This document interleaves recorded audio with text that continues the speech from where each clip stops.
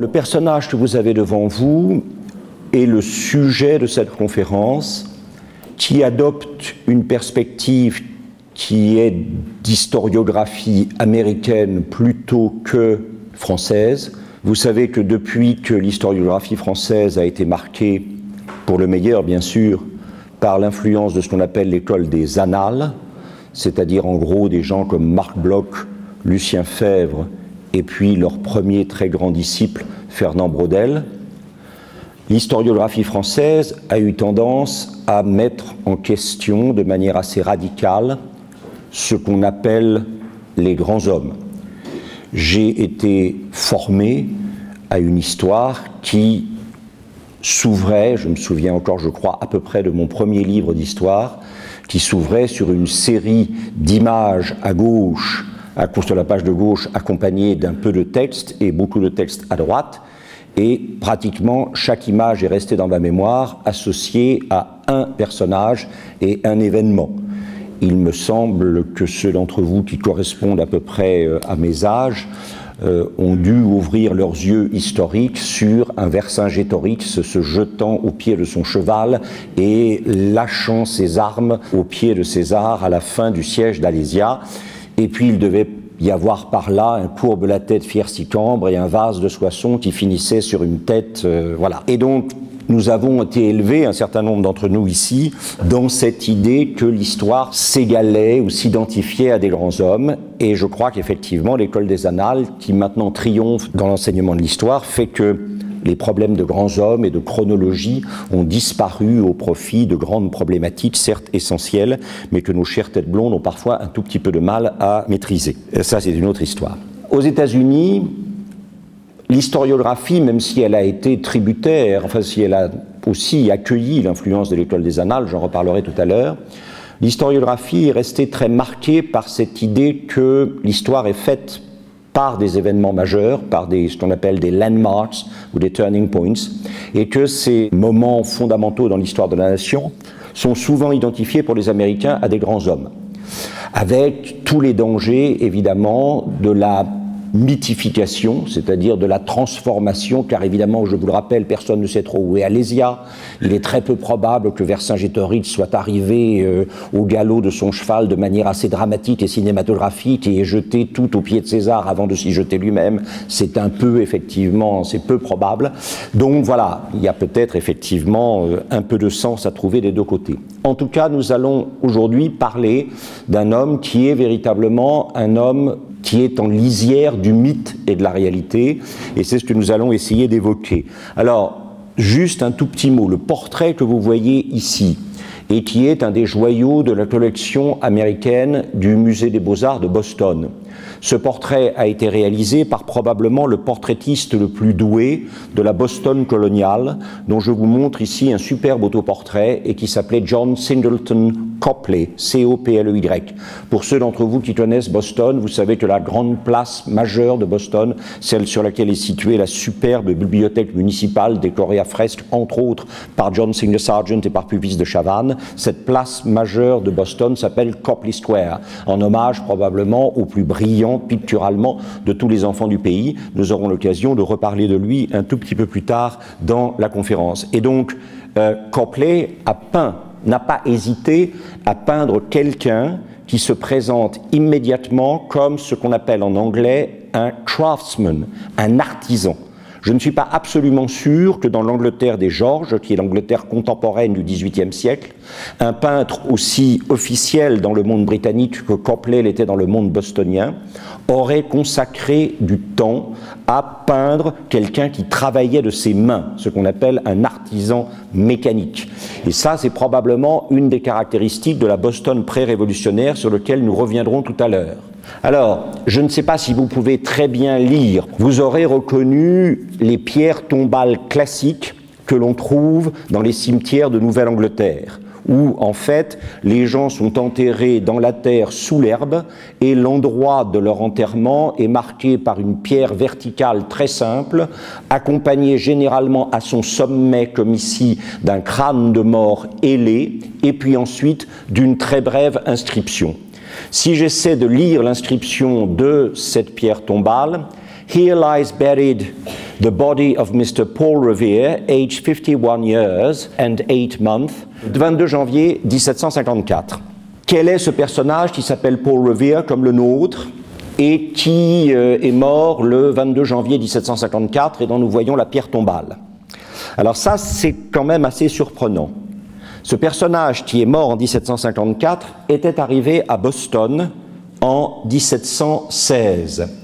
Et il était arrivé à Boston venant de Ryoko dans la Gironde, c'est-à-dire pas très loin de Sainte-Foy-la-Grande. En fait, ce personnage, Paul Revere, c'est celui qu'on appelle en américain Paul Revere Senior, Paul Revere Senior, le père de Paul Revere, qui au départ ne s'appelait pas Paul Revere, il s'appelait Apollos Revere, ou plus exactement Rivoire. Et vous pensez bien que le prénom d'Apollos suppose une connaissance de la Bible qui n'appartenait à l'époque qu'aux réformés. C'est-à-dire que Apollos, vous le savez, est le compagnon, ou si vous ne le savez pas, c'est simplement parce que vous l'avez momentanément oublié, Apollos était le compagnon de prédication à Corinthe de saint Paul. Et il est situé à 3 reprises dans la première épître aux Corinthiens de saint Paul. Je ne pense pas qu'à l'époque, des catholiques romains seraient allés chercher une référence aussi textuellement biblique pour choisir le prénom d'un enfant. Et donc, il nous faut bien reconnaître que Apollos Rivoire, devenu Paul Revere Senior, est en fait, bien sûr, quelqu'un qui a quitté la France en 1715, 30 ans après le fameux édit de Fontainebleau, qui annulait évidemment l'édit de Nantes d'Henri IV, et qui, comme vous le voyez ici, disait « Édit du roi portant défense de faire aucun exercice public de la RPR », qui, vous le savez, s'explique en fait par religion prétendument réformée, dans son royaume.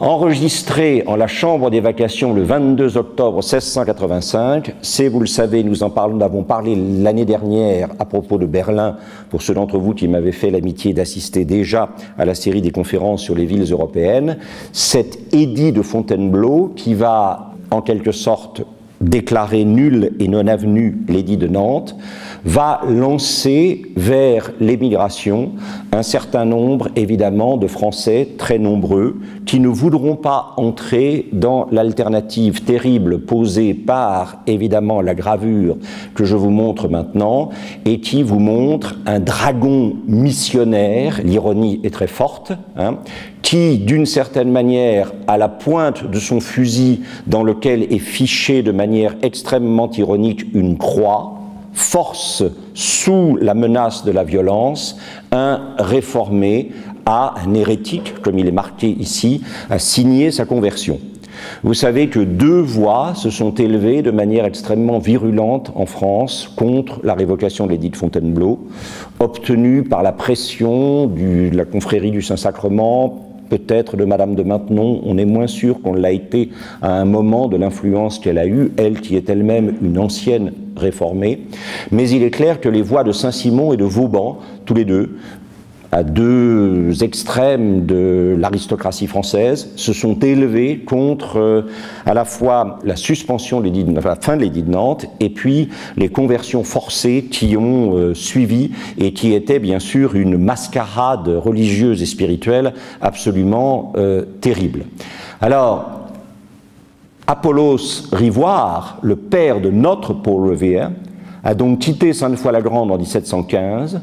Il est parti à Guernesey et en 1716, il s'est lancé dans la grande traversée qui l'a amené jusqu'à Boston, où il est mort, comme nous l'avons vu, en 1754, non sans avoir donné naissance à une ribambelle d'enfants, dont notre Paul Revere, celui qu'on appelle Paul Revere Junior, et qui nous est présenté ici, encore une fois, de façon très étonnante, comme quelqu'un dont la légitimité vient d'un savoir-faire qui est celui de ses mains.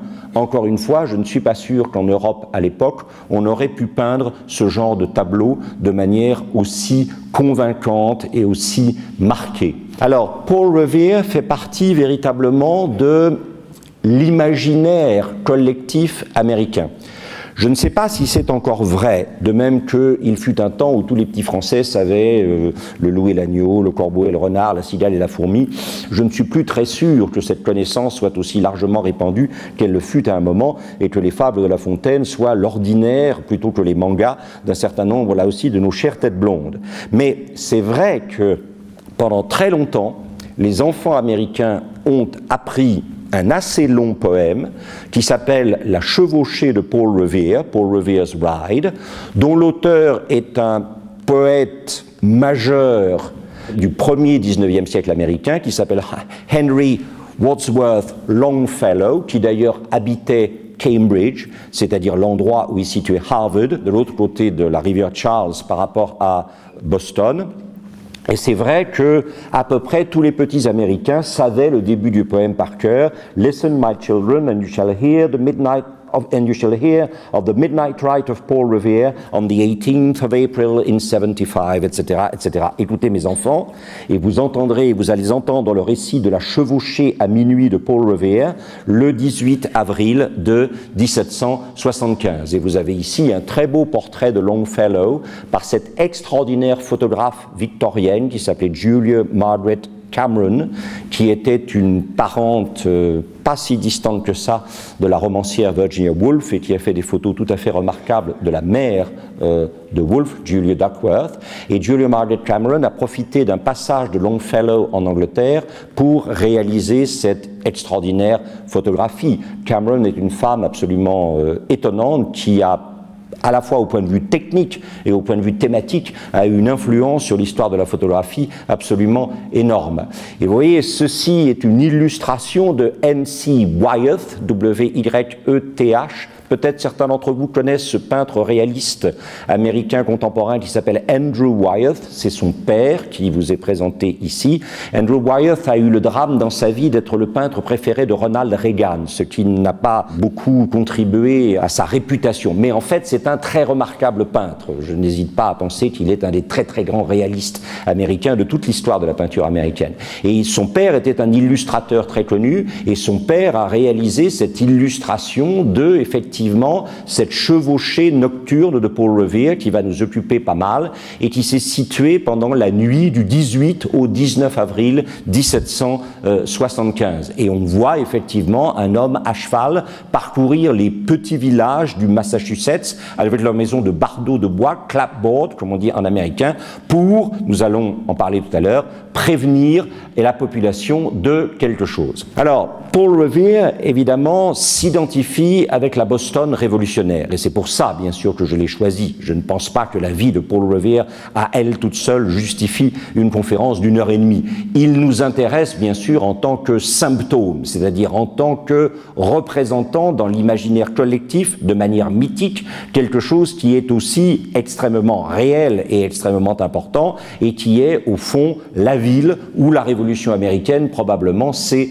déclarée et déclenchée. Alors, nous sommes à l'époque, évidemment, en Angleterre, d'un roi extrêmement important qui s'appelle le roi George III, qui est le premier des rois de la dynastie des Hanovre à être né en Angleterre et à avoir été élevé en anglais. Les deux premiers rois de la dynastie des Hanovre, Georges Ier, son fils Georges II, qui est lui-même le grand-père de Georges III, que vous voyez ici dans cet admirable portrait de cour de Alan Ramsay.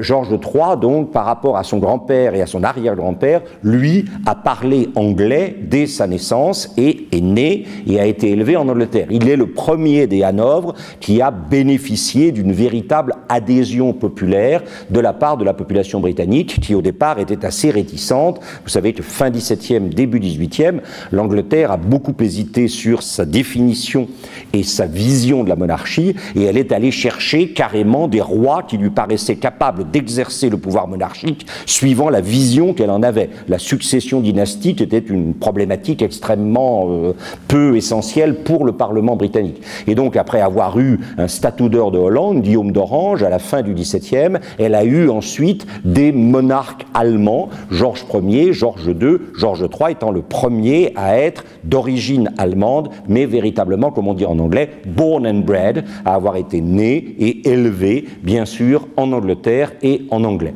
Alors, ce personnage, Georges III, vous le savez, mourra fou, et on a dit souvent, ce qui est en partie vrai, en partie faux parce qu'il était victime d'une maladie qu'on appelle le porphyrisme, qu'on a finalement identifié qu'après sa mort, mais en partie vrai, le choc de la perte des colonies britanniques a probablement accéléré l'effet sur son mental du porphyrisme et l'a fait sombrer dans la folie. Alors, il faut, avant de revenir à la Boston révolutionnaire, esquisser brièvement le fait que le milieu du XVIIIe siècle, disons en gros entre 1756 et 1763, ce qu'il est convenu d'appeler la guerre de 7 ans, ce qu'en Amérique on appelle la guerre contre les Français et les Indiens, et ça n'est peut-être pas par hasard que dans ce tableau de Benjamin West, nous avons la présence, certainement pas hasardeuse, d'un Indien. Pour ceux d'entre vous qui connaissent l'œuvre romanesque de James Fenimore Cooper, en particulier Le Dernier des Mohicans, ou si vous avez vu le film, qui se passe effectivement pendant la guerre de 7 ans entre 1756 et 1763, vous savez que la guerre de 7 ans a mis la côte atlantique de l'Amérique du Nord à feu et à sang parce que les tribus indiennes ont pris fait et cause, soit pour la France, soit évidemment pour la Grande-Bretagne. Et ici, vous avez un événement absolument fondamental qui se passe évidemment en 1757, c'est la mort du général en chef anglais Wolfe sur la plaine de Québec, après qu'il ait remporté la victoire, bien sûr, sur Montcalm, sonnant ainsi le glas de l'Empire français, l'Empire colonial français en Amérique du Nord. Vous savez que c'est extrêmement étrange, puisque, en fait, les deux généraux en chef sont morts le jour de la bataille. Montcalm est mort de son côté parmi ses troupes françaises, et Wolfe est mort parmi les troupes anglaises. Et vous avez ici la représentation, bien sûr, par Benjamin West, peintre américain d'origine pennsylvanienne, Philadelphie, de, effectivement, la mort de Wolfe au milieu de ses troupes, pleurée évidemment par ceux qui se rendent compte de la mort de leur général. Alors, vous le voyez, effectivement, on est ici au tout début de la fameuse guerre de 7 ans, avec l'arrivée, effectivement, de Wolfe, qui va descendre rapidement vers Québec. Je pense que vous suivez à peu près le mouvement, ici, et c'est à Québec qu'aura lieu, donc, cette fameuse bataille. Alors là, moi aussi, je ne sais pas si vous c'était le cas, mais dans mon livre d'histoire, le premier que j'ai eu, ou peut-être le deuxième ou le troisième, il y avait probablement 2 pages, une à gauche, une à droite, où étaient représentés 2 personnages, l'un qui était Montcalm et sa mort à Québec, et l'autre qui était Dupleix et la perte de l'Inde. Je pense que tout le monde se souvient probablement vaguement de ça. Et cette mort de Wolfe, dont nous avons vu la représentation par Benjamin West, a fait l'objet de gravures qui ont été diffusées largement dans la métropole britannique, sur le territoire du Royaume-Uni et dans les colonies, pour évidemment rassembler les énergies du sentiment national autour du héros mort. Alors, on ne va pas se lancer dans une description trop complexe, mais vous sentez bien que le personnage ici, qui est en train de prier, et la manière dont Wolfe apparaît comme une sorte de figure de martyr soutenu par d'autres fidèles au moment de sa disparition, il y a une volonté évidemment de donner une dimension très probablement religieuse et sacrificielle à la mort de Wolfe. Et alors ce qu'il y a de très étonnant évidemment, c'est que nous avons de l'autre côté un médaillon en haut à droite qui vous présente évidemment Montcalm, et la mort de Montcalm, qui lui n'est pas mort sur le champ de bataille, mais est mort quelques heures après, bien sûr, entouré à la fois, comme on dit, des consolations de l'Église présente sous la forme évidemment d'un ecclésiastique qui est un évêque en violet, et puis la présence d'une religieuse. Et là, évidemment, l'impact, là aussi, du martyr, en quelque sorte national, est extrêmement important.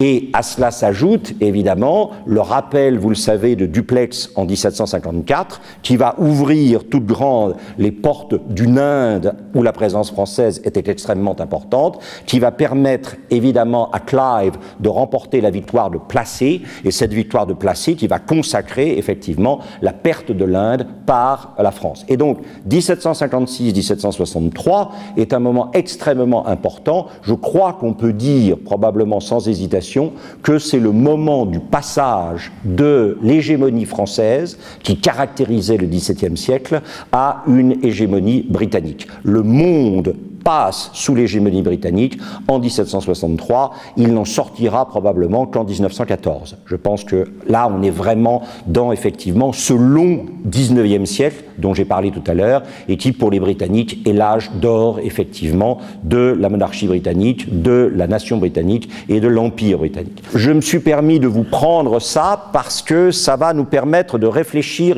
Cette chronologie va revenir plusieurs fois et ça nous permettra probablement de mieux comprendre ce qui s'est passé. Le problème de la guerre de 7 ans, qui va se terminer par le fameux traité de Paris, qui sera corrigé en 1783 par l'autre traité de Paris qui reconnaîtra l'indépendance des colonies américaines. C'est-à-dire que la France, humiliée par le traité de Paris en 1763, exigera que les négociations de paix de la fin de la Révolution américaine se tiennent à Paris et que le traité de Paris de 1783 vienne laver l'affront, d'une certaine manière, du traité de Paris de 1763.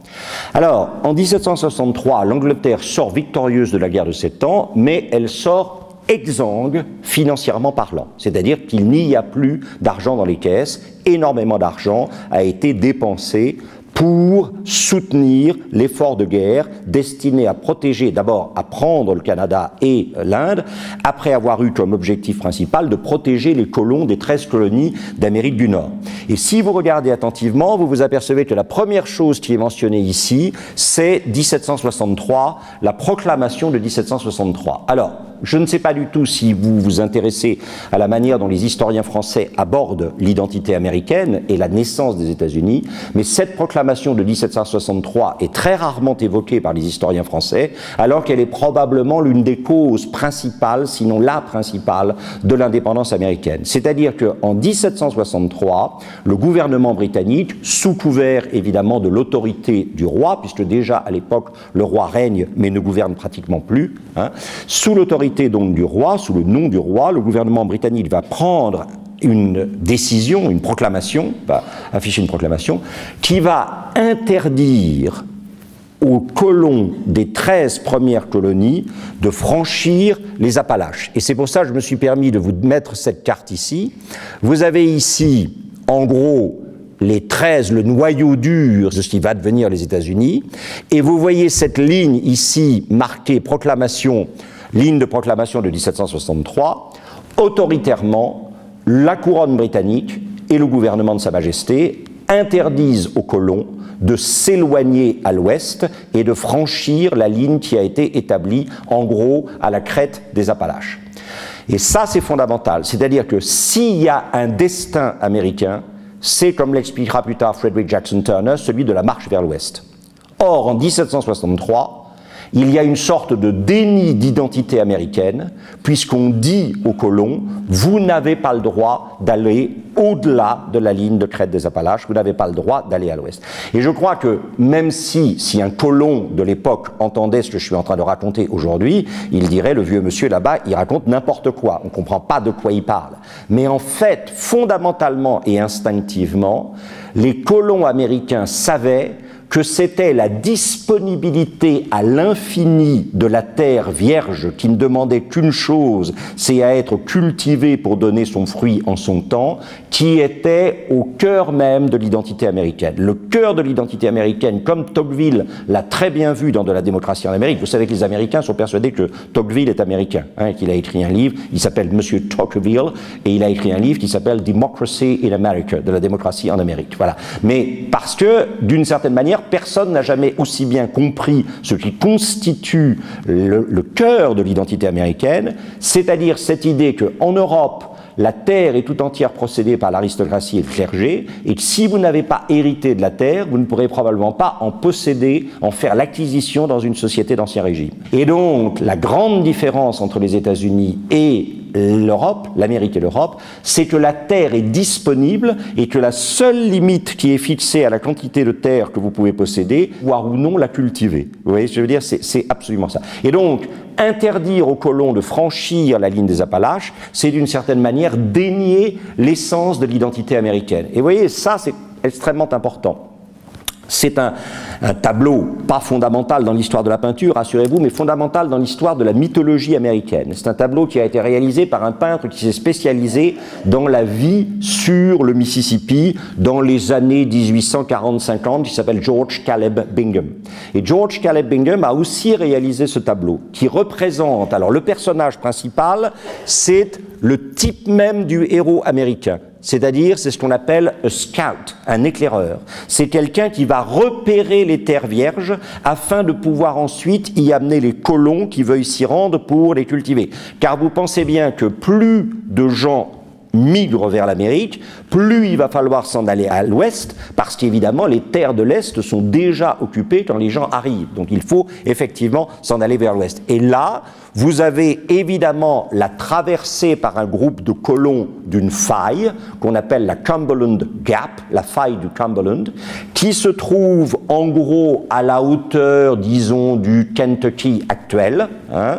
Et en 1775, un an avant la déclaration d'indépendance, Daniel Boone a pour la première fois conduit des colons par le Cumberland Gap dans les territoires vides et vierges du Kentucky pour qu'ils puissent s'y installer. Ceci est généralement considéré par un certain nombre d'historiens américains comme une déclaration d'indépendance effectivement factuelle, d'une certaine manière, pragmatique, avant même la déclaration textuelle qui ne suivra qu'un an après. Et ça, c'est très américain. C'est très anglo-saxon, mais c'est très américain.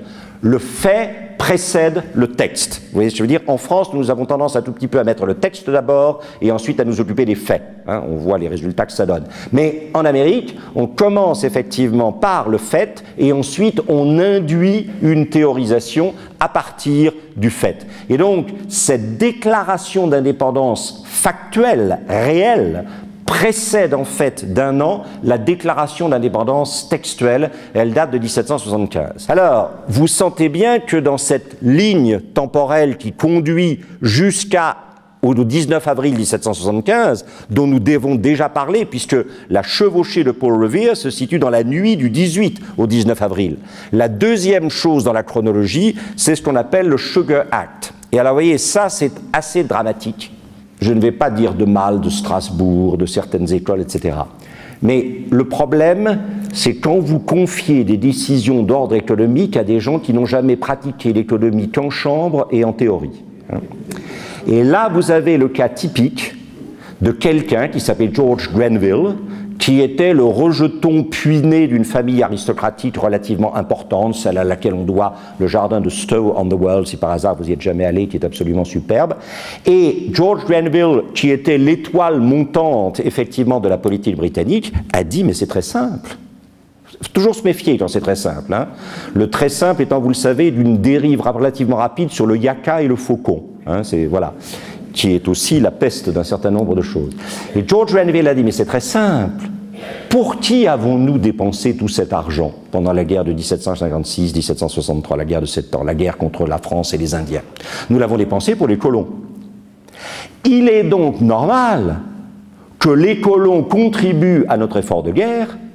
Donc, nous allons imposer un certain nombre de taxations indirectes. Je ne sais pas si vous me voyez venir sur le... Enfin voilà, comme quoi plus ça change, comme disait l'autre, et plus c'est la même chose, parce qu'il y a des guerres qui ne sont plus aujourd'hui des guerres militaires, mais qui sont des guerres économiques peut-être encore plus dévastatrices. Nous allons donc taxer les colons pour qui nous avons fait la guerre, et ainsi nous renflouerons l'échiquier britannique. Et la première chose qui a été introduite, c'est cette fameuse taxe sur le sucre. Et alors vous voyez, ça c'était très important, parce que le sucre venait d'où? Le sucre venait bien sûr de ce qu'on appelle en anglais molasses, en français des mélasses, qui venaient évidemment des Antilles et en particulier des Antilles britanniques. Et donc on taxait les mélasses venant des Antilles britanniques à l'entrée sur le territoire des 13 colonies américaines. Et donc évidemment l'échiquier était absolument ravi de cela. Alors, ça n'a déjà pas été très populaire. Et quand, en 1765, toujours sous l'influence de Grenville, on a rajouté ce qu'on appelle the Stamp Act, ça aussi, vous voyez, c'est merveilleux. Comment faire de l'argent sans investir? C'est-à-dire comment soutirer de l'argent aux gens c'est-à-dire organiser la ponction fiscale sans se préoccuper de savoir si cette ponction fiscale s'exerce sur une augmentation de la production. Parce que si elle s'exerce sur une augmentation de la production, c'est relativement peu grave. Mais si elle s'exerce sur une absence totale d'augmentation de la production, là, il y a un ennui. Et alors, comment on peut faire ça? Eh bien, tout simplement par le grand traditionnel droit du timbre, c'est-à-dire qu'on va effectivement utiliser à mort la tactique ou la stratégie du timbre fiscal. Et à nouveau, sous l'autorité du roi George III, le gouvernement britannique, à la demande de cette lumière de l'économie de la fin du XVIIIe siècle, T.T. George Grenville, va décider que tous les documents officiels, toutes les publications devront porter un timbre fiscal qui rapportera A. Et vous voyez que la réaction au timbre fiscal ne s'est pas fait attendre. Si vous lisez la légende en partant de la colonne de gauche, un emblème, une manifestation des effets du timbre fatal. C'est-à-dire que ce timbre fatal menace de mort finalement, comme toute ponction fiscale qui n'a pas été suffisamment réfléchie, elle menace de mort évidemment la vitalité de l'économie. Et en gros, si vous voulez, ce que ça a eu pour effet, c'est de faire passer les colonies qui vivaient dans un rapport de chaque colonie avec Londres, sans trop se soucier de ce qui se passait autour d'elles, cette ponction fiscale apparemment intelligente et en fait stupide, apparemment simple et en fait totalement destructrice, a eu pour effet de faire prendre conscience aux colonies de leur statut commun de victime. Vous voyez ce que je veux dire? Ça, c'est une véritable catastrophe pour l'Angleterre. C'est-à-dire que l'Angleterre, jusqu'à ce moment-là, a une relation individuelle avec chacune des colonies. Quand, à l'instigation de Grenville, on décide de faire payer aux colonies le déficit, évidemment, financier, monétaire, qu'a entraîné l'effort de défense fait par la mère patrie pour ces colonies, les colonies subissant toutes simultanément le même poids intolérable et injuste à leurs yeux de pression fiscale, vont prendre conscience de leur identité commune de victime. Et quand des gens prennent conscience de leur identité commune de victime, ça devient évidemment beaucoup plus difficile à manipuler et à rationaliser. Et si vous regardez cette couverture, cette première page du Soleil du Massachusetts, de Massachusetts Suns, le journal de Boston de Thomas, vous allez voir qu'apparaît dans la partie supérieure un étrange dessin. Et cet étrange dessin, évidemment, qui oppose un serpent à un dragon menaçant, lequel dragon menaçant ressemble à certaines figures héraldiques régulièrement utilisées pour définir effectivement le britannique, eh bien, ce dessin qui représente évidemment la Caroline du Sud, la Caroline du Nord, la Virginie, le Massachusetts, la Pennsylvanie, le New Jersey, l'État de New York et tous les petits États de Nouvelle-Angleterre, ce serpent tronqué, il a été dessiné par Benjamin Franklin. Et c'est Benjamin Franklin qui ainsi a évoqué comment les colonies, si elles restaient fractionnées, ne pouvaient pas espérer être une menace pour l'Angleterre ou pour la Grande-Bretagne qui les menaçait de cette fiscalité injuste. Par contre, si par hasard elles s'unissaient, reformant un corps complet et total de serpent, peut-être pourrait-elle effectivement réagir autrement que passivement et fragilement à. Alors, ce qu'il faut dire, évidemment, c'est que ces années 1763, 1775, 76 en fait exactement, ont été des années de jeu de chat et de souris entre les autorités britanniques et la montée progressive du sentiment de révolte des populations coloniales.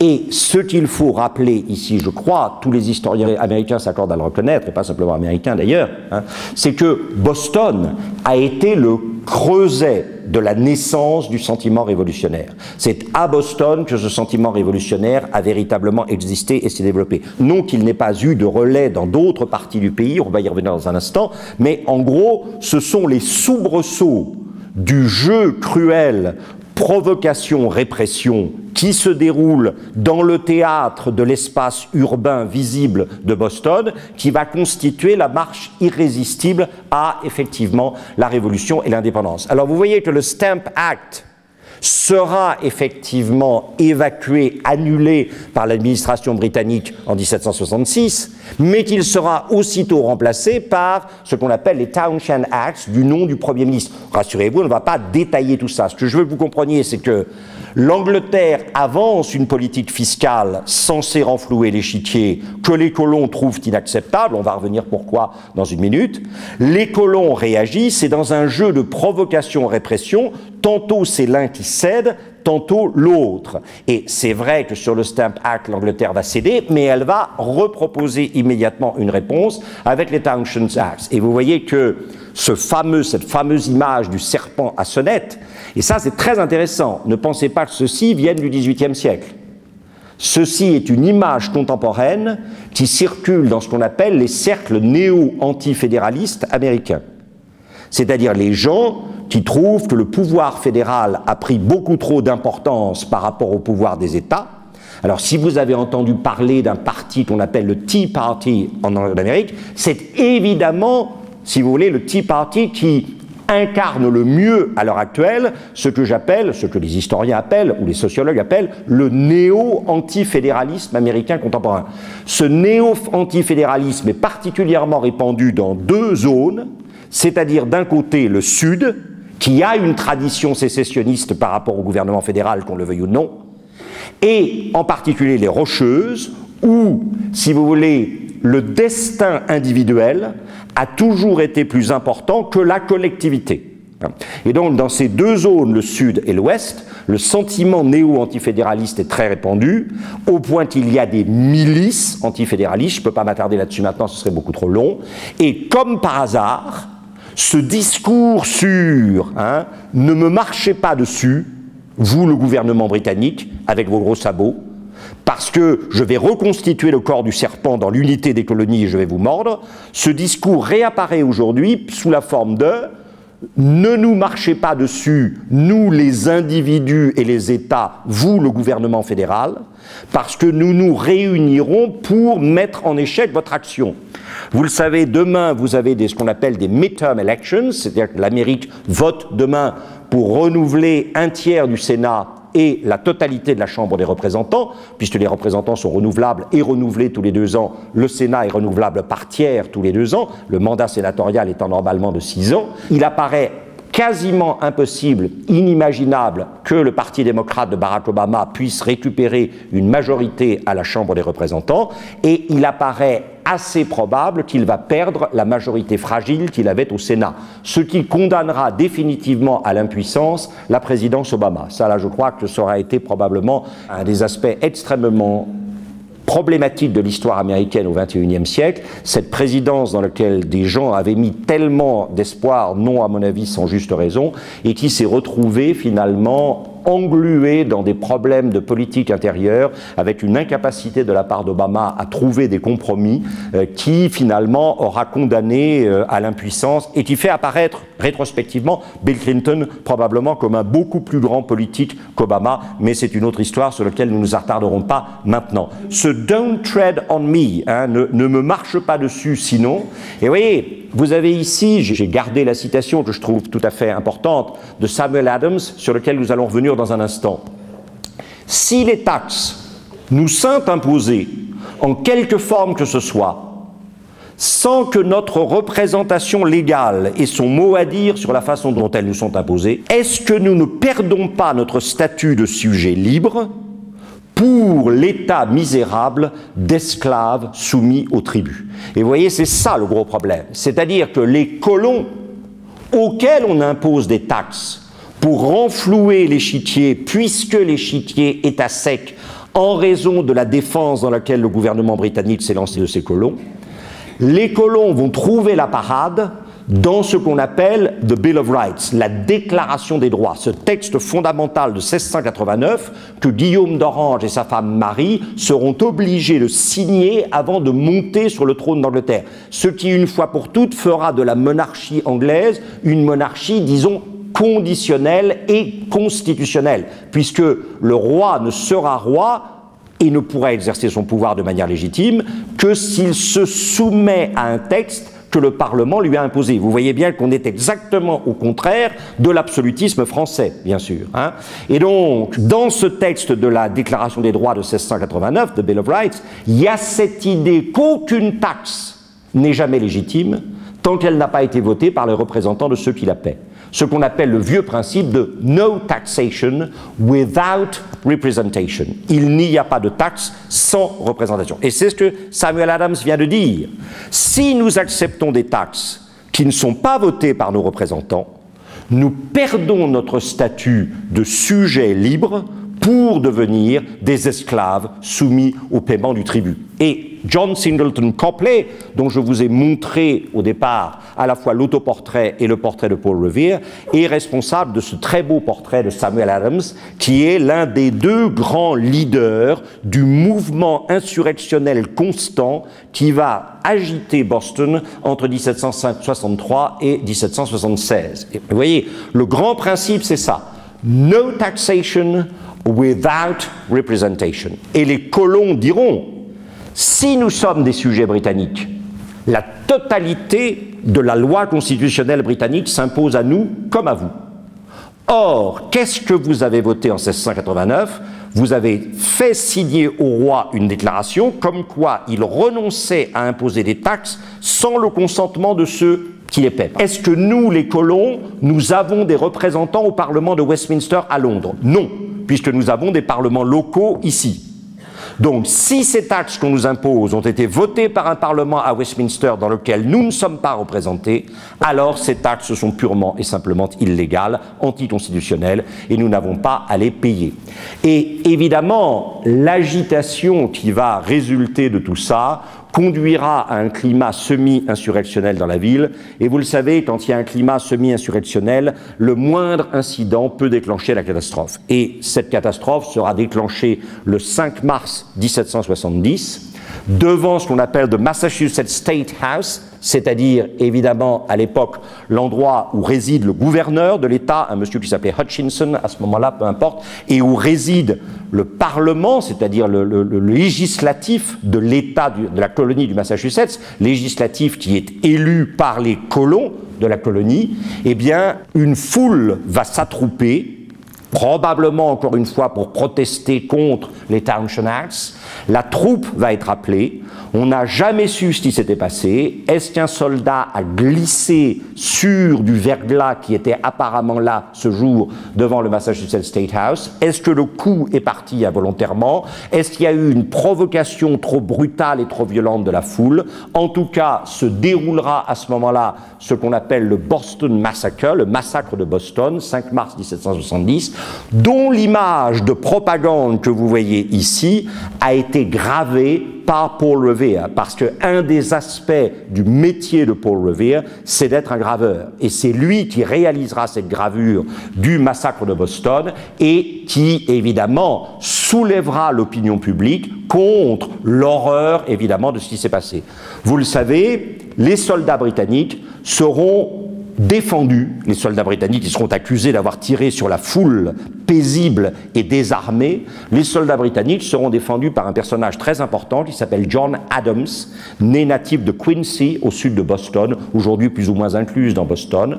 John Adams qui sera le deuxième président des États-Unis, qui sera le rédacteur de la Constitution de l'État libre du Massachusetts, et John Adams, qui a une remarquable réputation comme avocat, sera effectivement le défenseur des soldats britanniques. Et c'est là où il faut bien voir, je reviendrai probablement un peu plus tard dans les conférences, mais vous voyez, le Nord est un État qui est caractérisé par la petite agriculture individuelle, le Nord des États-Unis, les États sont caractérisés par une petite agriculture individuelle, le développement régulier et inexorable d'un artisanat puis d'une industrie, et une présence massive du droit, en particulier au Massachusetts. Pourquoi ? Parce que le droit s'appuie sur la puissance de la seule et unique ou la plus importante université du nord des États-Unis, la première université à avoir été créée sur le sol des États-Unis en 1636, c'est-à-dire évidemment le collège de Harvard à Cambridge, de l'autre côté de la Charles par rapport à Boston. Et John Adams a fait, en dépit du fait que son père était un agriculteur et un cordonnier pendant l'hiver, John Adams a fait ses études de droit à Harvard et s'est muni effectivement de la meilleure, déjà, il n'y avait pas de Harvard Law School à l'époque, mais quand même, muni de la meilleure formation qu'on puisse imaginer à l'époque, qu'il va effectivement défendre les soldats britanniques. Je vous remonte cette fameuse statue qui est, vous le savez, la statue des 3 mensonges, qui est située dans le yard de Harvard. Statue des 3 mensonges, puisqu'elle vous dit que c'est John Harvard, ça ne peut pas être lui. La statue a été faite par Daniel Chester French plus de 100 ans après la mort de Harvard, et nous n'avons aucun portrait de Harvard, donc c'est un premier mensonge, ça ne peut pas être John Harvard. Deuxièmement, on vous dit que c'est le fondateur de Harvard en 1637, c'est faux, Harvard a été fondé en 1636, et ça n'est pas le fondateur, c'est le premier donateur de livres, ce qui à l'époque était très important, presque autant que la fondation. Ce qu'il faut bien voir, c'est que Harvard est une fondation publique à l'origine. C'est l'Assemblée de la Massachusetts Bay Colony qui a décidé qu'il fallait une université sur le territoire de la colonie pour permettre au maximum de gens de lire la Bible de manière à éviter les pièges du malin et à prendre la voie droite et juste vers le salut. Vous voyez qu'ici, la tradition de ce qu'on appelle le libre examen dans la Réforme, c'est-à-dire que chaque membre de la communauté doit être capable de prendre le texte de la Bible en langue vulgaire individuellement et de l'interpréter pour lui-même, c'est ça qui est à l'origine, effectivement, de la fondation de Harvard. Et ça a permis, bien sûr, ce talent de juriste et d'avocat à John Adams de défendre les soldats britanniques sans pour autant perdre la popularité qui était la sienne dans la population de Boston à l'époque. Et au cimetière du Old Granary Burying Ground, qui est probablement le grand cimetière où tous les Bostoniens essentiels de la fin du XVIIIe sont enterrés, vous avez dans une même tombe, effectivement, les corps des 5 personnages qui ont été tués lors du massacre de Boston, avec, alors aujourd'hui, évidemment, une importance fondamentale qui est accordée par la nouvelle histoire américaine à ce personnage, Crispus Attucks. Quand j'ai commencé à faire de l'histoire américaine il y a très longtemps, inutile de vous dire que personne ne parlait de Crispus Attucks. Aujourd'hui, quand vous parlez du massacre de Boston, le seul nom dont quelqu'un se souvienne, c'est celui de Crispus Attucks, parce qu'il était noir, tout simplement. Et donc, que ça montre qu'au nord, dès l'origine, des Noirs étaient investis dans le combat pour la liberté des colonies, alors qu'au sud, bien sûr, ils étaient des esclaves. Ça, au niveau political correctness, PC, c'est absolument essentiel, bien sûr. Et alors, ce massacre de Boston, qui va être suivi par le fait, évidemment, que les colons vont brûler un bateau, la Gaspésie, dans le port de Boston, culminera, évidemment, dans ce qui, aujourd'hui encore, focalise complètement l'imaginaire des Américains, puisque le massacre de Boston de 1770 est connu, mais pas trop. Par contre, de par le développement de ce mouvement politique néo-antifédéraliste qui s'appelle le Tea Party, bien sûr, la Boston Tea Party, qui date, elle, du 16 mars 1773, est évidemment tout à fait sacralisée dans l'histoire américaine. Alors, je vous rappelle brièvement les événements qui sont importants. La ville est l'objet d'une pression constante de la part des autorités britanniques, fouilles au corps de pratiquement tous les citoyens, enfin tous les habitantes et habitants, constante intervention dans les maisons privées pour fouiller le jour, la nuit, etc. Donc la pression des autorités britanniques est extrêmement forte. Et les autorités britanniques imposent un nouvel impôt, c'est-à-dire qu'après le sucre, après le timbre, après les fenêtres, après, on invente un impôt, un impôt sur le thé, c'est-à-dire que toutes les cargaisons de thé qui arrivent dans le port de Boston devront, avant d'être déchargées, payer un impôt. La population est furieuse et elle se rassemble à un endroit qui s'appelle Faneuil Hall. Alors aujourd'hui, plus personne ne prononce Faneuil Hall, mais au départ, c'est Faneuil Hall. Et cet endroit a été créé pour la ville de Boston par Pierre Faneuil. Pierre Faneuil, c'est le fils aîné de l'aîné des 3 frères réformés nantais qui ont quitté Nantes en 1685 au moment de la révocation de la dite Nantes pour aller s'installer à Boston et faire fortune à Boston. Et Pierre Faneuil, en remerciement de l'accueil que sa ville, que la ville dans laquelle il est né, lui, a réservé à son père et à ses 2 oncles quand ils ont quitté Nantes sous la pression de la révocation des dits de Nantes et qui se sont installés à Boston, Pierre Faneuil a offert à sa ville un lieu de réunion. qui aujourd'hui a complètement changé d'apparence, ça n'apporte pas beaucoup. Charles Bulfinch, le grand architecte de la fin du 18e, 19e, a refait complètement. Mais ça, c'est très important. La ville de Boston vit au rythme des réunions. Il y a une véritable démocratie que d'aucuns ou d'aucuns appelleraient aujourd'hui participative, si vous voulez. C'est-à-dire que vraiment, la ville se réunit à intervalles réguliers et irréguliers pour discuter des affaires de la cité. Et Faneuil Hall est un endroit particulièrement important parce que Pierre Faneuil a offert cet endroit-là à sa ville pour que les gens puissent s'y rassembler. Et le Samuel Adams que nous avons vu tout à l'heure, le grand monsieur en marron, est quelqu'un qu'on appelle le maître des town meetings. C'est-à-dire c'est lui, un remarquable orateur, remarquable manipulateur de foule, sorte de Danton avant la lettre, si vous voulez, qui arrive toujours à obtenir d'un town meeting, d'une rencontre, d'une réunion des citoyens de la ville, ce qu'il en attend évidemment dans la montée lente mais inexorable à l'indépendance. Le jour donc du 16 mars 1773, les Bostoniens, ou du moins un groupe important de Bostoniens, sont rassemblés pour effectivement discuter ensemble de la façon dont on va réagir à cet impôt sur le thé. La troupe britannique intervient et vide manu militari Faneuil Hall de toutes les présences effectivement des contestataires, qui à ce moment-là n'ont plus qu'une solution, c'est de se rassembler dans ce qu'on appelle la vieille église du Sud, Old South Meeting House. Et si vous suivez l'anglais, vous avez entendu que je n'ai pas dit The Old South Church ou The Old South Chapel.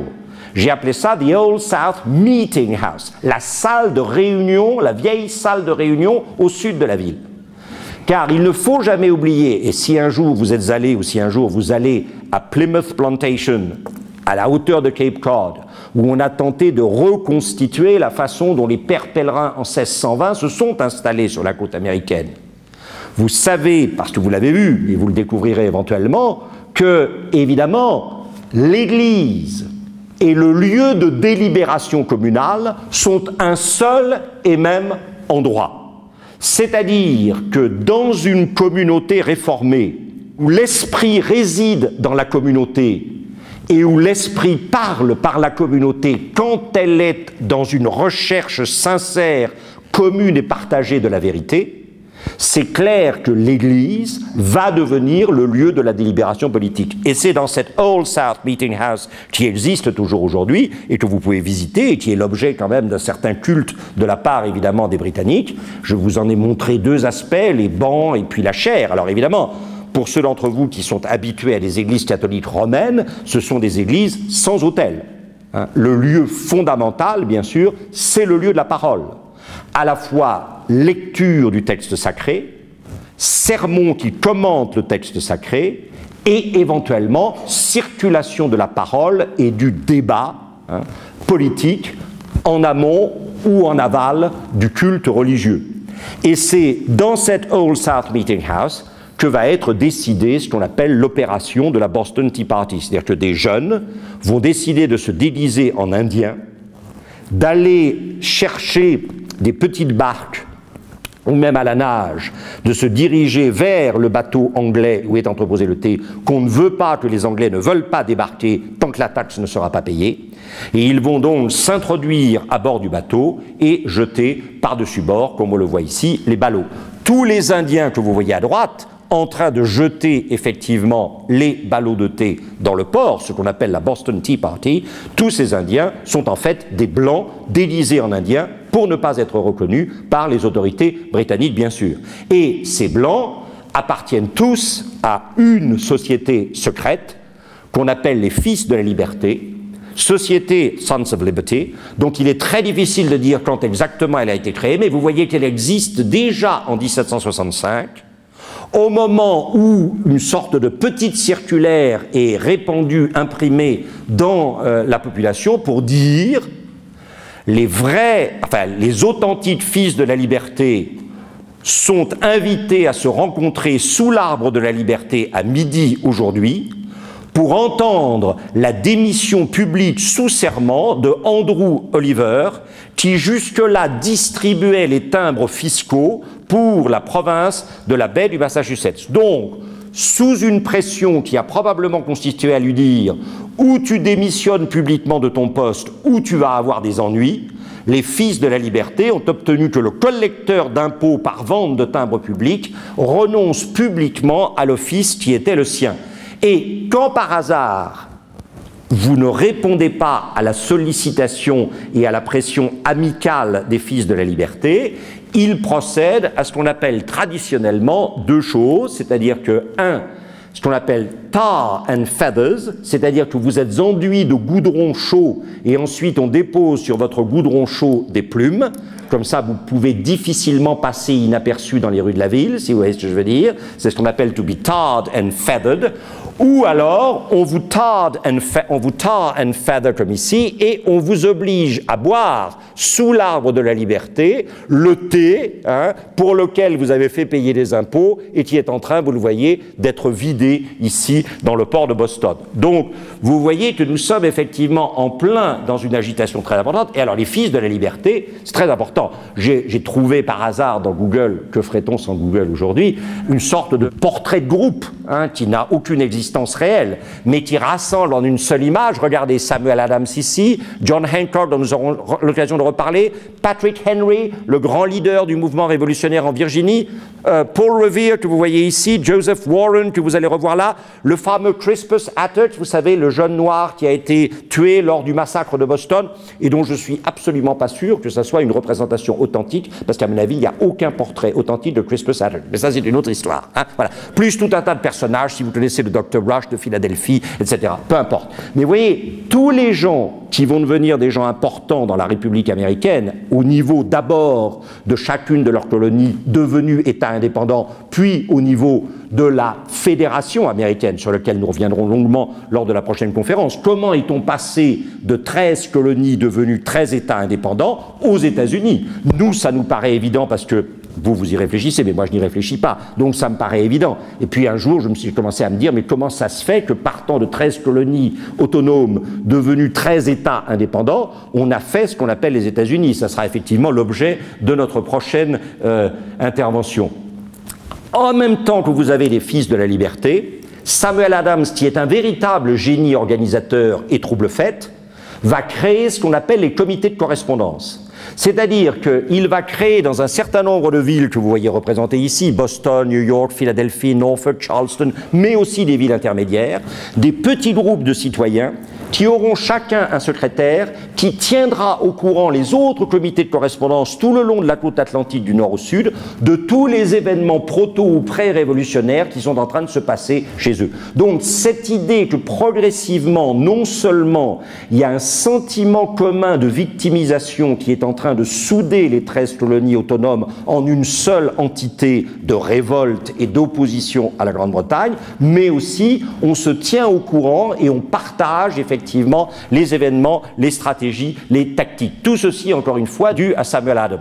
Et alors, évidemment, la Boston Tea Party ne peut pas passer inaperçue aux yeux de l'Angleterre. C'est-à-dire que là, le jeu provocation-répression fait que la provocation est allée trop loin pour qu'il n'y ait pas une répression qui, malheureusement, ne peut elle-même être qu'une faute. C'est-à-dire que, si vous voulez, la provocation a réussi à acculer la répression à la faute. Et ça, c'est évidemment la grande intelligence de la provocation. La Boston Tea Party de 1773 va déclencher ce qu'on appelle au Parlement de Westminster le passage des coercive, les actes coercitifs ou intolerable acts, qui vont avoir pour résultat, alors je vous les rappelle brièvement, et là vous voyez, ça c'est Boston, en train, ça vous voyez, c'est le gouvernement britannique, alors je ne peux pas tous vous les nommer, mais ça c'est Lord Townshend, le Premier ministre, qui est en train de faire boire le thé de force à la ville de Boston. Vous voyez comment la caricature que je vous ai montrée tout à l'heure, qui montrait un agent des douanes britanniques obligé de boire le thé sur lequel pesaient les taxes venues de Londres, est ici reprise en écho par le fait que le Premier ministre oblige la ville de Boston à boire le thé taxé qu'elle refuse évidemment d'ingérer. Et alors, les 4 décisions les plus importantes, la dernière décision, la 5e, ne concerne pas directement Boston, elle concerne le Canada devenu anglais. Mais le port de Boston est fermé, embargo absolu, le port de Boston ne peut plus fonctionner, il ne peut plus ni importer ni exporter. Donc tous les gens qui vivent du commerce maritime à Boston, et Boston est à l'époque le premier port américain, avant même New York, il deviendra ensuite le second port, mais il est à l'époque le premier port des colonies, Boston est interdit. Tous les organes du gouvernement autonome de la colonie de la baie du Massachusetts sont suspendus. C'est-à-dire qu'il n'y a plus de vie législative de la colonie, de vie parlementaire de la colonie. L'administration de la justice est confisquée aux juges élus pour être donnée à des juges nommés par le gouverneur. Et dernier élément, pour être sûr qu'on aura définitivement la paix, on va imposer dans les maisons bostoniennes la présence de 1, 2, 3 soldats ou officiers. C'est ce qu'on appelle évidemment l'équivalent des dragonnades en France, par exemple. Le gouverneur civil Hutchinson, ayant fait preuve de son incapacité à tenir la ville, va être pour la première fois remplacé par un gouverneur militaire, Gage, dont nous allons reparler tout à l'heure. Et vous sentez bien sûr que, d'une certaine façon, Londres ne peut pas ne pas prendre ce genre de décision après la provocation de la Boston Tea Party, et en même temps, Londres, d'une certaine manière, par ce genre de décision, rend presque inévitable et irrémédiable la montée à l'opposition armée. Alors, c'est très important parce que les Intolerable Acts de 1774, ou Coercive Acts, vont déclencher la réunion à Philadelphie dans le Carpenter's Hall, le lieu où se rencontre la guilde des charpentiers pennsylvaniens, va déclencher la réunion du premier congrès continental. Ça, c'est très important. Pour la première fois, des délégués des colons vont se réunir, des 13 colonies, pour essayer d'évoquer ensemble une riposte possible à l'Angleterre. Et vous voyez qu'à partir de ce moment-là, le ver est dans le fruit. L'Angleterre peut évidemment faire preuve d'une autorité apparemment sans faille. En fait, son autorité est déjà morte parce qu'elle l'a exercée de manière tellement radicale qu'elle ne peut plus revenir en arrière et qu'elle sera obligée finalement d'exploser sous le poids de la contestation. Et vous voyez ici le moment où les délégués du premier congrès continental, il n'y avait pas grand monde à l'époque, c'est très émouvant ces images, où on voit effectivement les gens, alors ce n'est pas des images prises sur le vif, ce sont des images qui ont été faites après, mais qui sont relativement... Vous voyez les délégués qui sont en prière pour implorer effectivement la lumière de Dieu sur leur action, sous la conduite d'un pasteur protestant, qui s'appelait Juchet, en fait, d'origine française, là aussi, et qui les invite, bien sûr, à être sûrs que leurs intentions sont droites et que ce qu'ils vont faire correspond véritablement à une juste conception du bien commun de ceux dont ils ont, par leur responsabilité élue, la charge. Et il ne faut pas vous faire d'illusions, dès 1774, la théorisation des droits justes des colonies par rapport à la mère patrie fait l'objet d'une écriture, celle d'abord et avant tout de Thomas Jefferson, qui publie en 1774 son fameux pamphlet « Une vue sommaire des droits de l'Amérique britannique », dans lequel il attaque point par point les actes coercitifs ou intolérables. Et ce qui est très émouvant, c'est qu'en même temps que Thomas Jefferson fait ça en Virginie, mais que ça a une audience générale dans toutes les colonies à cause évidemment de l'importance de la Virginie, à New York, un jeune et brillant juriste et homme politique qui s'appelle Alexander Hamilton, en 1774 également, publie une défense pleine et entière des mesures du Congrès continental contre les calomnies de ses ennemis. Un prêtre anglican avait écrit un pamphlet sous le pseudonyme de « Un fermier américain ». Ça a servi plusieurs fois, ce pseudonyme-là. Et ce prêtre anglican attaquait le congrès continental, le premier congrès continental de 1774 à Philadelphie. Et Hamilton a tout de suite réagi. Ça, c'est très important. En 1774, les deux figures les plus importantes de la naissance des États-Unis, je ne parle pas de George Washington, qui est un cas à part, auquel on aurait pu consacrer une conférence, mais d'une certaine manière, vous trouvez des choses sur Washington partout. Mais en dehors de Washington, les deux autres figures essentielles de la naissance des États-Unis, ce sont Thomas Jefferson et Alexander Hamilton. En 1774, ils ont tous les deux rédigé une sorte de défense et illustration des droits des colonies contre le comportement tyrannique de la mère patrie. Et en 1775, le Congrès continental, le deuxième, s'est réuni à Philadelphie, et il ne s'est plus séparé qu'en 1789. Alors il y a eu des interruptions de séances, il a crapahuté, passez-moi l'expression, à travers les 13 colonies poursuivies par l'armée britannique, donc ça n'a pas été facile tous les jours.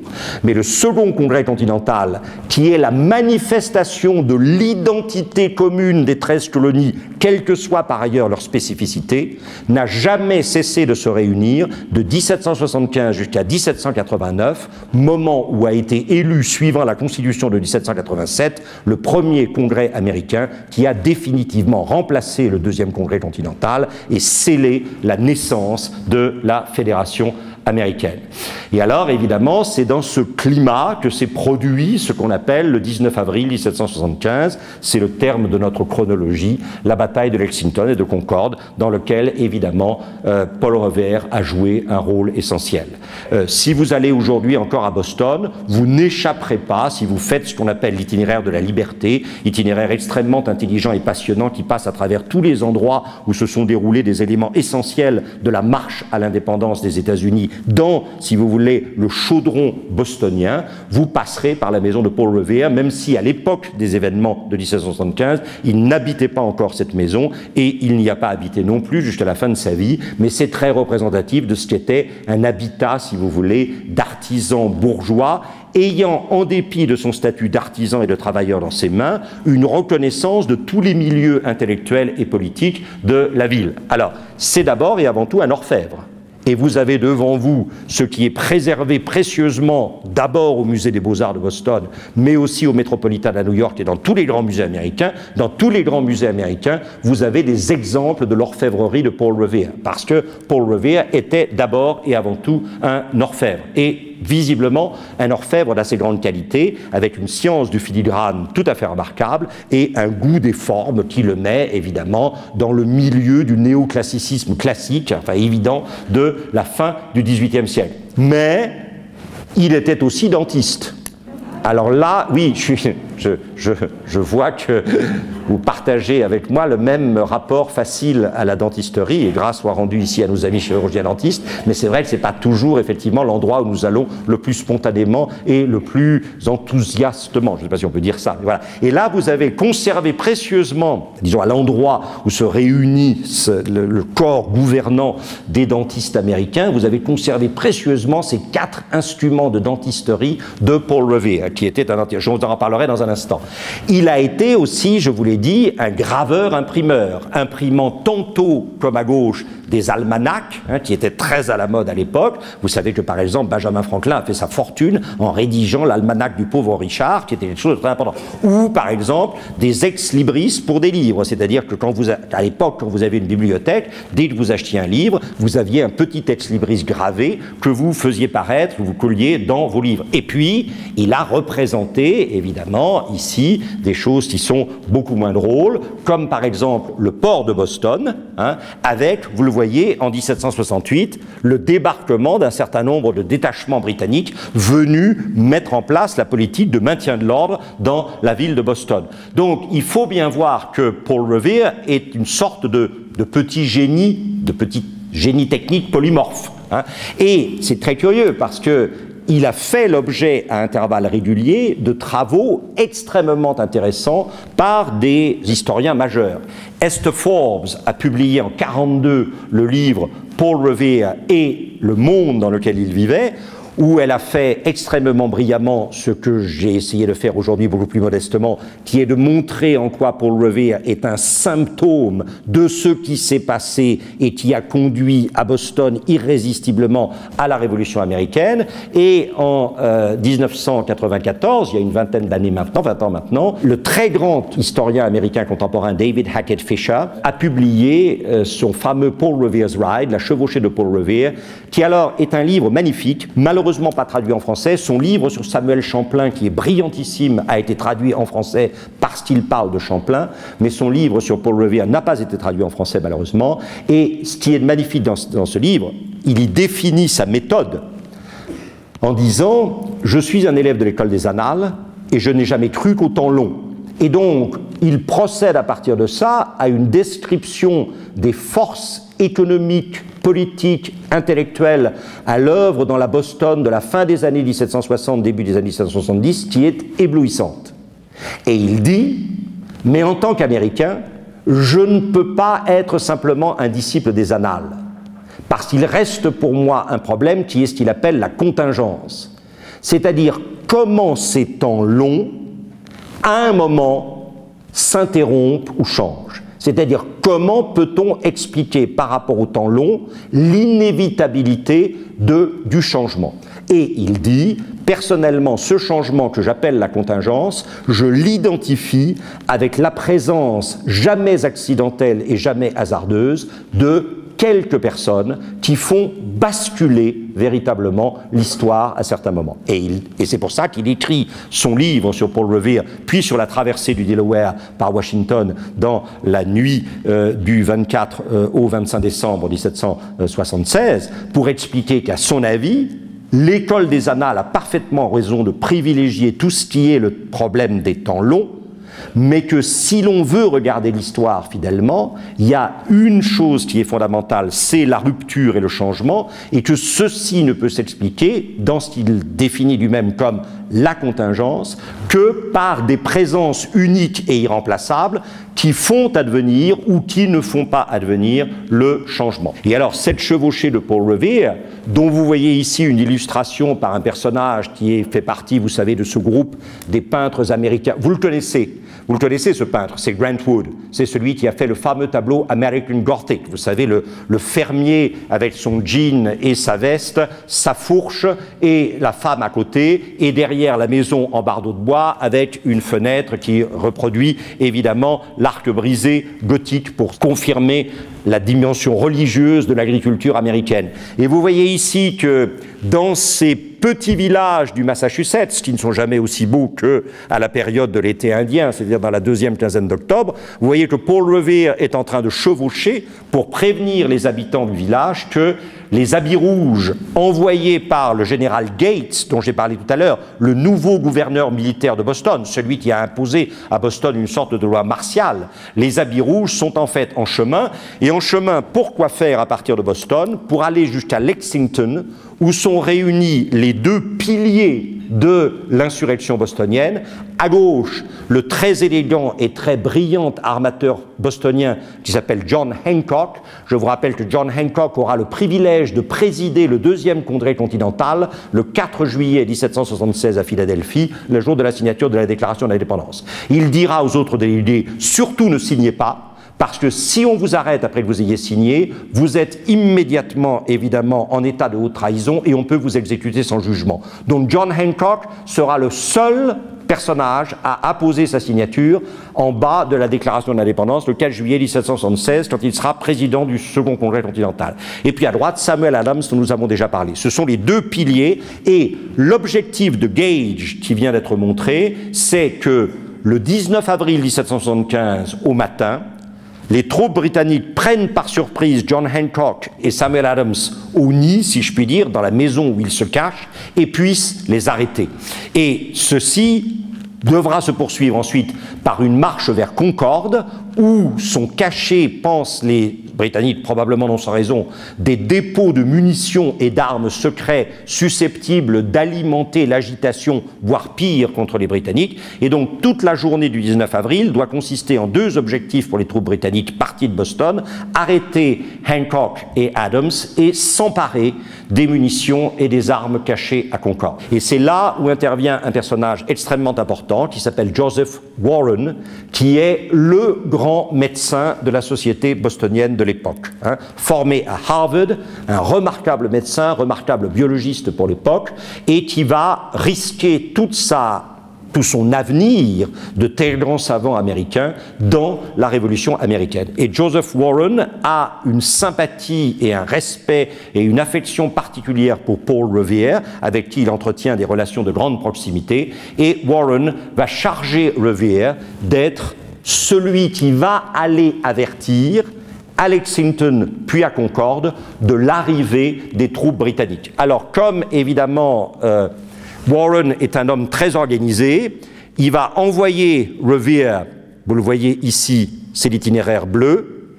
Il enverra un autre homme qui s'appelle William Dawes, c'est l'itinéraire vert. Ils seront tous les deux arrêtés et puis Revere réussira à s'enfuir, et celui qui ira jusque, évidemment, à Concorde, c'est Samuel Prescott. Alors, Samuel Prescott, vous avez ici un monument qui lui est érigé à Concorde pour célébrer le rôle qu'il a joué là-dedans, et William Dawes, l'autre cavalier, vous l'avez ici. L'histoire, ou disons la légende, à cause du poème de Longfellow dont j'ai parlé au début, n'a retenu finalement que Paul Revere, qui n'est jamais arrivé à Concorde, mais qui est allé effectivement jusqu'à Lexington prévenir Hancock et Adams. Et vous voyez, Boston est là. À l'époque, Boston, ça n'est qu'une sorte de poire suspendue en plein océan. Il faudra attendre les immigrants irlandais pour que Back Bay soit comblé dans les années 1850-1860. Et vous avez ici l'itinéraire des troupes britanniques, l'itinéraire, bien sûr, de Prescott, de Dawes et de Paul Revere, sur lequel je ne vais pas m'arrêter maintenant. Alors, vous le savez, la légende, là aussi, veut que, en fin d'après-midi, le 18 avril, Revere s'en va à la rame de l'autre côté de la rivière Charles, donc sur, évidemment, le continent. Et là, il attend la tombée de la nuit, parce qu'il sait que les troupes britanniques, si elles veulent être à Lexington tôt le matin, doivent se mettre en route au début de la nuit. Et il attend de l'autre côté de la Charles, face à une église qu'on appelle The Old North Church, la vieille église du Nord, où il a donné mission au sacristain de monter dans la tour que vous voyez ici à la fenêtre qui est là. Et le sacristain doit faire brûler soit une, soit deux lanternes pour indiquer par où passent les soldats britanniques. Si les soldats britanniques traversent tout de suite la Charles, c'est une lanterne. S'ils passent évidemment par la langue de terre qui sépare Boston du reste du continent, c'est deux lanternes. One by land and two by sea. Si vous connaissez votre cinéma américain sur le bout du doigt, dans Mr. Smith Goes to Washington, Jimmy Stewart, qui est courtisé de manière un tout petit peu perverse par une jeune femme qui est la secrétaire du méchant, vous savez, au Sénat, à un moment, elle dit « One by land and two by sea ». Et évidemment, si vous ne connaissez pas l'histoire de Paul Revere, vous ne pourrez pas comprendre effectivement cette allusion, one by sea and two by land, cette allusion qui n'a aucun intérêt, mais qui pour les américanistes, voilà. Bon. Et là, vous avez une des deux lanternes qui a été utilisée par le sacristain. Maintenant, un certain nombre de gens pensent que tout ceci est légendaire. D'où la chevauchée à travers la nuit, bien sûr, pour réveiller la population endormie. Et la première confrontation, vous voyez, c'est là. Vous avez la citation de quelqu'un qui s'appelait Parker, qui était le capitaine de ceux qu'on va appeler dans un instant les Minutemen, et qui a dit à Lexington le matin à ses hommes, « Stand your ground, tenez ferme, don't fire unless fired upon, ne tirez pas avant qu'on ait tiré sur vous, but if they mean to have war, mais s'ils veulent la guerre, then let it begin here, alors qu'elle commence ici. » Et je ne sais pas, peut-être un jour vous avez eu la chance ou vous aurez la chance de vous trouver sur Lexington Common dans cette saison qu'on appelle l'été indien. C'est probablement un des endroits d'Amérique qui a le moins changé. Je pense que ça n'était pas fondamentalement différent quand à l'aube du 19 avril, les troupes britanniques venant de Boston sont arrivées et qu'elles sont tombées sur la première résistance, c'est-à-dire ceux qu'on appelle les Minutemen, sous la conduite du capitaine Parker, auquel on a consacré cette statue sur le Green, sur le territoire communal de Lexington, et puis ayant bousculé les quelques patriotes américains qui étaient là, les soldats anglais ont continué jusqu'au pont de Concorde. Et là, malheureusement, au pont de Concorde, ça s'est très mal passé pour eux, puisque, vous le savez, le travail de Revere, Dawes et Prescott avait alerté complètement le Massachusetts de l'Est et les Minutemen. Alors le Minuteman, vous avez la statue ici à droite, c'est une statue qui a été réalisée au pont de Concorde par Daniel Chester French. Daniel Chester French, c'est le grand sculpteur américain de la deuxième moitié du 19e siècle, celui qui a fait l'énorme Lincoln du Lincoln Memorial à Washington, que tout le monde à peu près connaît s'il est allé ou si elle est allée à Washington. Et Daniel Chester French, qui est un homme du Massachusetts, a reçu donc la commande de cette statue du Minuteman, l'homme minute. Et cet homme minute, c'est quelqu'un qui, vous le voyez ici sur l'image, pas très bien, mais ça sera peut-être encore plus net tout à l'heure, a une main sur sa charrue et l'autre main sur son fusil. Donc il est capable en une minute de s'arrêter de labourer, donc d'améliorer la rentabilité de la terre, ce qui est le seul droit de propriété à la terre que vous ayez en Amérique, vous rendez rentable quelque chose s'il ne l'était pas, et de prendre son fusil pour défendre sa terre contre qui? Pour la défendre contre les animaux sauvages, les Indiens, les catholiques français du Nord. Jusque-là, si vous voulez, il n'avait jamais été question des troupes britanniques. C'est dans la nuit du 18 au 19 avril que les Minutemen vont comprendre que leur pire ennemi maintenant, ce ne sont ni les bêtes sauvages, ni les Indiens auxquels ils sont habitués, ni les catholiques français du Nord qui ont été mis à raison pendant la guerre de 7 ans, mais bien les troupes des habits rouges qui veulent imposer une autorité tyrannique qui voudrait taxer sans consentement les colons américains. Et vous le savez, Emerson écrira un poème dont on gravera au pied de la statue du Minuteman au pont de Concorde les quelques lignes suivantes, l'extrait des quelques lignes suivantes. Près du pont grossier qui enjambait le flot, leurs drapeaux déployés dans la brise d'avril, se sont tenus jadis ici debout les fermiers au combat, et c'est eux qui ont tiré le coup de fusil qui a retenti dans le monde entier. Puisque vous le savez, c'est à Concorde qu'a été véritablement tiré le premier coup de fusil qui a marqué la Révolution américaine, le début de la Révolution américaine et l'entrée finalement dans la modernité, le fait que l'histoire s'est déplacée, la fabrique de l'histoire s'est déplacée de l'Europe vers effectivement le côté ouest de l'Atlantique. Et vous voyez cette statue ici de Daniel Chester French avec le Minuteman, une main, la main gauche sur la charrue, la main droite sur le fusil, et dites-vous que ce que vous voyez à droite, le t-shirt portant le Minuteman, est devenu aujourd'hui l'emblème du Tea Party et des néo-antifédéralistes, qui se voient comme des Minutemen, qui défendent leur État et la richesse qu'ils ont créée par leur travail, contre les incursions inacceptables du pouvoir fiscal fédéral, qui en plus pour le Sud est représenté par un noir, ce qui est l'horreur absolue. Donc voilà. Donc vous voyez que le mouvement néo-antifédéraliste a complètement récupéré en changeant simplement les choses. Ce qui est tyrannique, ce n'est plus l'Angleterre, c'est le pouvoir fédéral, c'est Washington, c'est the Beltway. Mais face à cette tyrannie interne, doit se développer une résistance interne, qui sont les mouvements néo-antifédéralistes, en particulier le Tea Party, et qui utilisent, bien sûr, constamment l'image du Minuteman pour, d'une certaine manière, ancrer leur combat dans la grande mythologie identitaire américaine. Et alors, le drame, ça a été le retour, puisque les soldats britanniques n'ont pas réussi à franchir le pont de Concorde, ce 19 avril 1775, ils ont été obligés de battre en retraite. Pendant la matinée, les Minutemen de tout le Massachusetts s'étaient accumulés autour de la route, et dès que les soldats britanniques ont commencé à rentrer vers Boston, dissimulés derrière des murs ou derrière des arbres, ils ont tué un par un les soldats britanniques qui tentaient de rentrer vers la ville de Boston. Et ce n'est pas un des aspects les moins émouvants que cette route, qui a été préservée comme un lieu de mémoire nationale, que de trouver ici et là ces tombes de soldats britanniques anonymes qui ont été enterrés à l'endroit même où ils sont tombés, sous les balles des Minutemen, pendant la retraite terrible du 17 avril 1775. Près de la maison, entre la maison de Paul Revere et Old North Church, on a réalisé aujourd'hui cette statue contemporaine qui témoigne de l'impact encore très important dans la conscience américaine de la chevauchée de Paul Revere. Et vous le savez, la chevauchée de Paul Revere a été suivie au mois de juin par la fameuse bataille de Bunker Hill. Vous avez ici le grand obélisque qui commémore cette bataille. J'ai choisi cette photo exprès parce qu'elle vous montre que sur cette hauteur, il était possible de surveiller le port de Boston. Et donc, les insurgents américains, les Minutemen, ont convergé vers Boston après le 19 avril et se sont installés sur la hauteur de Bunker Hill pour, d'une certaine manière, menacer l'entrée dans le port de Boston. C'est ce qui a donné lieu, évidemment, à la présence de Joseph Warren, déjà mentionné tout à l'heure, l'ami de Revere, qui a été l'organisateur de la bataille de Bunker Hill. Vous le savez, les Américains ont dû évacuer Bunker Hill à la fin du 19 juin 1775, mais 1000 soldats britanniques sont restés morts sur le terrain pour l'évacuation d'eux.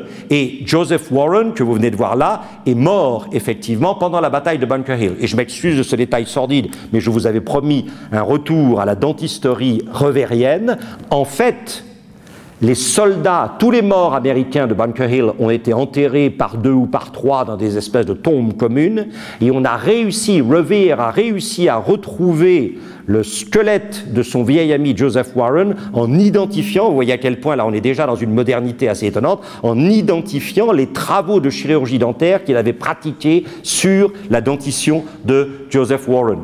Et c'est clair que l'événement en dehors de cette bataille de Bunker Hill qui a montré la fragilité du pouvoir militaire britannique face à la résistance déterminée des troupes américaines, proto-américaines, en même temps à Philadelphie se passait un événement fondamental.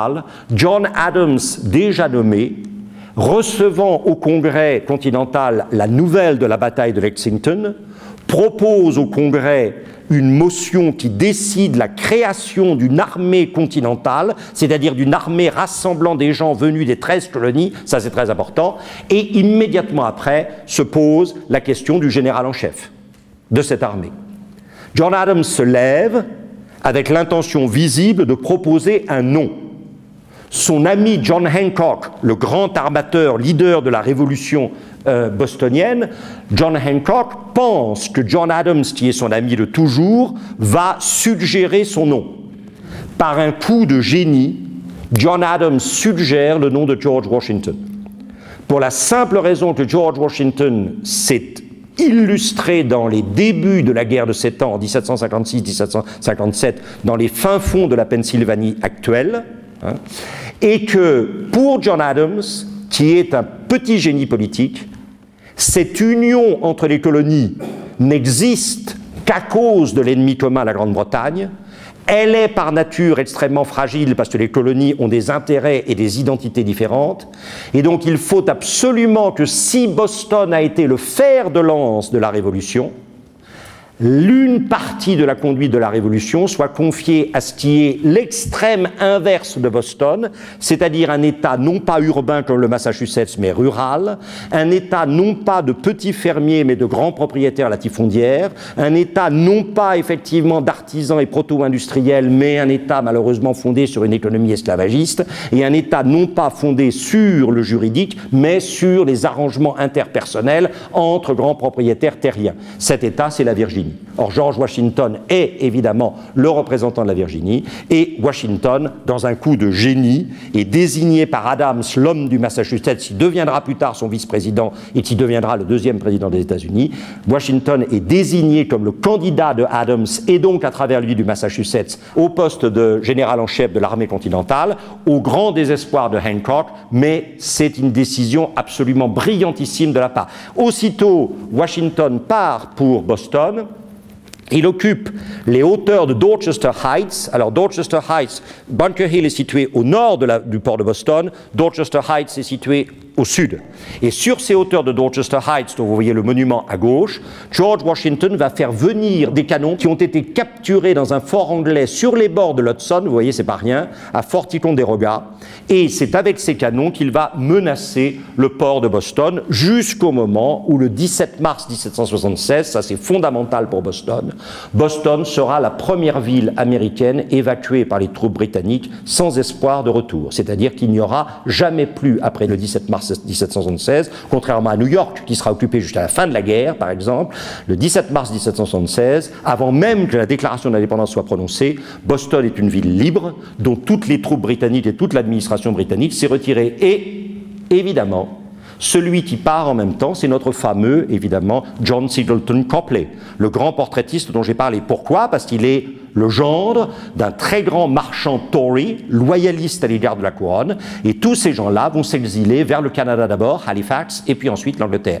Et John Singleton Copley, que vous voyez ici, un autre très bel autoportrait de jeunesse, deviendra à Londres un des portraitistes mondains à la mode les plus brillants. Vous le voyez ici à droite, peignant le deuxième comte de Spencer, le distant ancêtre de la princesse Diana, bien sûr. Hein, voilà. Et ça, c'est tout à fait étonnant. Et à la suite de cette évacuation de Boston, le 17 mars 1776, évidemment, George Washington fera son entrée triomphale dans la ville libérée. La conclusion ultime de ce 19 avril 1775, mais là nous aurons l'occasion d'en reparler la prochaine fois, c'est le 4 juillet 1776, la signature, le vote et la signature de la déclaration d'indépendance. Vous voyez ici la commission de rédaction de la déclaration d'indépendance qui rend compte au Congrès de sa mission Benjamin Franklin, John Adams, Thomas Jefferson, le rédacteur, et puis deux personnages, l'un qui s'appelle Robert Livingston, qui représente l'État de New York. Franklin représente évidemment la Pennsylvanie, Adams le Massachusetts, Jefferson la Virginie. Il faut quelqu'un, puisque là vous avez le Sud, là vous avez les États de l'Atlantique, c'est-à-dire évidemment la Pennsylvanie et New York, les États du Nord-Est, le Massachusetts. Il faut quelqu'un pour représenter les petits États. La personne qui représente les petits États, c'est le monsieur qui est ici, qui s'appelle Roger Sherman, et qui sera l'objet de notre prochaine conférence. Très important que la commission de rédaction de la Déclaration d'indépendance ait représenté la diversité des colonies devenues des États autonomes en train de devenir des États autonomes. Alors, qu'est-ce qu'il est advenu de Revere après la fameuse chevauchée?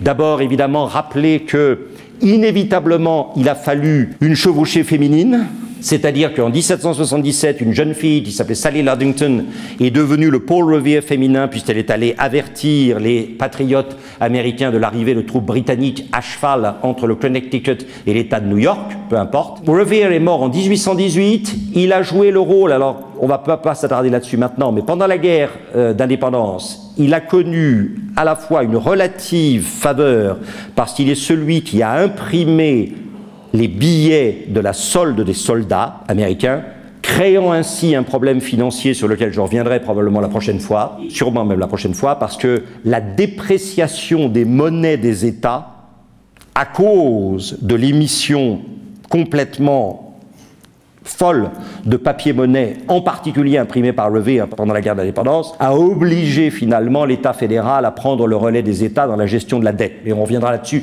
la prochaine fois, c'est très important. Et deuxièmement, il a tenté une carrière militaire dont le moins qu'on puisse dire est qu'elle n'a pas été d'un brio aussi essentiel que sa chevauchée. Le voilà, Paul Revere, vieillissant. Hein, puisque vous le voyez, il est mort relativement âgé pour l'époque, hein. Il naît en 1934 et il meurt en 1818, donc il va vivre pratiquement 84 ans, hein, ce qui pour l'espérance de vie de l'époque est énorme. Et alors il va se transporter en dehors de Boston, à Canton aujourd'hui, pas très loin de Boston, où il va créer une entreprise avec son fils qu'il appellera Joseph Warren Revere. Je trouve ça très émouvant que son ami, vous savez, qui lui avait suggéré la cavalcade et qui en même temps est mort à la bataille de Bunker Hill et dont il s'était occupé des dents jusqu'à favoriser la reconnaissance finalement de son squelette, il ait donné le nom de cet ami à son fils et ensemble avec son fils, ils ont été responsables d'une des premières figures de l'industrialisation américaine. En ça, c'est très très important. La dernière grande biographie en date de Revere s'appelle « Chevauché à minuit et aube industrielle », car il a créé d'abord une fabrique de poudre, ce qui lui a rapporté pas mal d'argent pendant la guerre d'indépendance pour des raisons évidentes. Et puis ensuite, sur les bords d'un affluent de la Charles, il a installé une véritable fabrique, une véritable usine, fonderie, où il a réalisé à la fois des canons, des armes et aussi des cloches. Et vous voyez que les cloches, qui étaient très importantes à l'époque, parce que, je ne sais pas si vous êtes jamais allé aux États-Unis, probablement vous y êtes allé, le nombre des églises correspondant aux différentes dénominations, même dans des tout petits villages, il y a souvent presque plus d'églises que de maisons à l'intérieur des villages, hein, dans les zones reculées des États-Unis. Et les cloches sont très importantes, parce que c'est elles qui appellent, bien sûr, d'abord à la prière, et aussi à l'alarme, si par hasard la communauté est menacée, toujours par les animaux sauvages, les Indiens, de moins en moins par, etc. Et alors ça, c'est très important. Revere représente un des deux aspects possibles de développement de l'Amérique. Je ne sais pas si j'aurai l'occasion d'y revenir, j'essaierai vaguement, mais n'oubliez jamais que Jefferson était persuadé que l'Amérique devait éviter l'industrie. Parce que pour lui, l'industrie était une sorte de rapport contre nature entre les hommes. L'industrie scellait un rapport antinaturel entre les hommes. Alors vous me direz, pour Jefferson, qui était propriétaire d'esclaves, parler d'un rapport antinaturel entre les hommes dans le contexte industriel, c'est peut-être un tout petit peu problématique. Mais je reviendrai probablement là-dessus. Jefferson, comme les sudistes dans leur ensemble, Calhoun en particulier, avait une vision de l'esclavage qui n'est plus tout à fait la nôtre, c'est le moins qu'on puisse dire. Mais en tout cas, pour Jefferson, l'Amérique serait rurale, agraire, ou elle ne serait pas. Pour lui, ceux qu'il appelait les farmers, les paysans, étaient « the chosen people of God », le peuple choisi de Dieu. Jefferson a même envisagé à un moment d'interdire la création d'usines sur le sol américain pour que l'Amérique survive en vendant ses produits agricoles et en important tous ses produits industrialisés, ce qui est en fait le modèle de l'économie sudiste, il faut bien le dire, on y reviendra probablement une autre fois.